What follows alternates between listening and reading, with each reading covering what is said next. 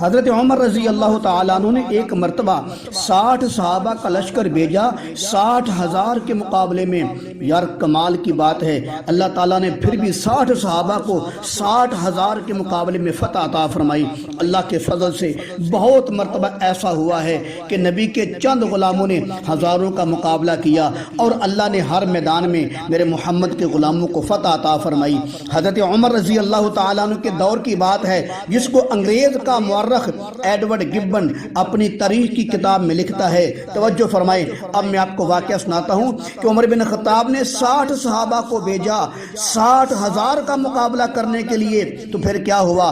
حضرت عمر رضی اللہ تعالی عنہ نے خالد بن ولید کو قادسیہ کے علاقے کی طرف روانہ فرمایا کہ جاؤ پتہ کر کے آؤ دشمن کی فوج کتنی ہے۔ خالد بن ولید رضی اللہ تعالی عنہ نے واپس آ کر بتایا کہ 60,000 کا لشکر ہے دشمن کا۔ پھر عمر رضی اللہ عنہ نے پوچھا 60,000 کے مقابلے میں محمد کے کتنے غلام چاہیے آپ کو؟ جواب میں خالد بن ولید نے عرض کیا صرف 30 محمد کے غلام چاہیے۔ واہ سبحان اللہ، میں قربان قسم خدا، صحابہ کرام کی قدموں کی خاک پر میں قربان، صحابہ کرام کی جوتیوں پر خالد بن ولید نے عرض کیا صرف محمد کے 30 غلام چاہیے۔ یہ سن کر عمر رضی اللہ عنہ نے فرمایا یہ تو بہت کم ہے۔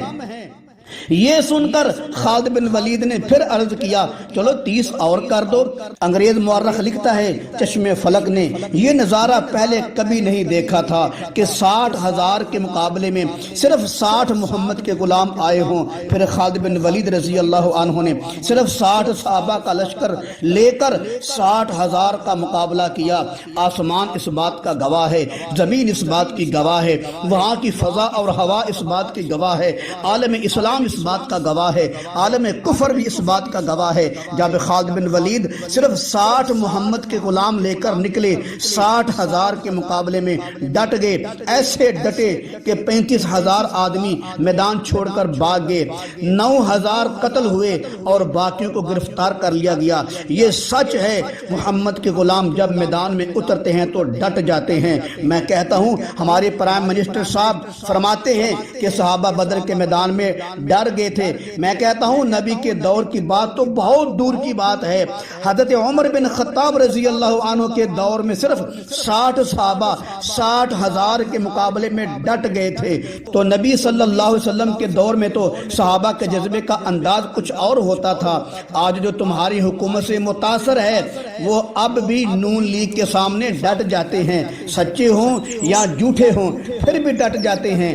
آج جو تمہاری حکومت سے متاثر ہیں یا جو عمران خان سے محبت کرتے ہیں ان کے سامنے نون لیگ ہو یا جمعیت ہو چاہے بلند پہاڑی ہو اس کے سامنے ڈٹ جاتے ہیں۔ تو وہ صحابہ جنہوں نے میرے محمد کو سامنے بیٹھ کر دیکھا تھا، جنہوں نے میرے کملی والے کے پیچھے نمازیں پڑھی تھی، جنہوں نے میرے کملی والے پر قرآن اترتا ہوا دیکھا تھا، جنہوں نے نبی کے اشارے پر درخت چلتا دیکھا تھا، جنہوں نے ابو جہل کی مٹھی میں کینکریوں کو کلمہ پڑھتے دیکھا تھا، جنہوں نے ہنڈیا میں پکتی ہوئی گو کو کلمہ پڑھتے دیکھا تھا، جنہوں نے نبی کے ہاتھ کی برکت سے نابالغ بکری کو دودھ دیتے دیکھا تھا، جنہوں نے نبی کی انگلیوں سے پانی کے چشمے نکلتے دیکھے تھے، جنہوں نے چند کھجوروں کو 27 سال کھایا تھا، جنہوں نے ایک پیالہ دودھ کا 70 صحابہ کو پیتے دیکھا تھا، جنہوں نے نبی کے سامنے بیٹھ کر جنت کی بشارت لی تھی، جنہوں نے نبی کے ہاتھ کی برکت سے چاند کے 2 ٹکڑے ہوتے دیکھا تھا، بھلا وہ صحابہ کیسے ڈر سکتے تھے؟ پھر میں کہنا چاہتا ہوں جب کبھی باطل سے ٹکراتے تھے حق کے پاسباں، حق پرستوں کے تماشے دیکھتا تھا آسماں، ان کی تیغوں کی چمکتی ہوئی تیز دھاروں کو سلام، سید کونین تیرے جانثاروں کو سلام۔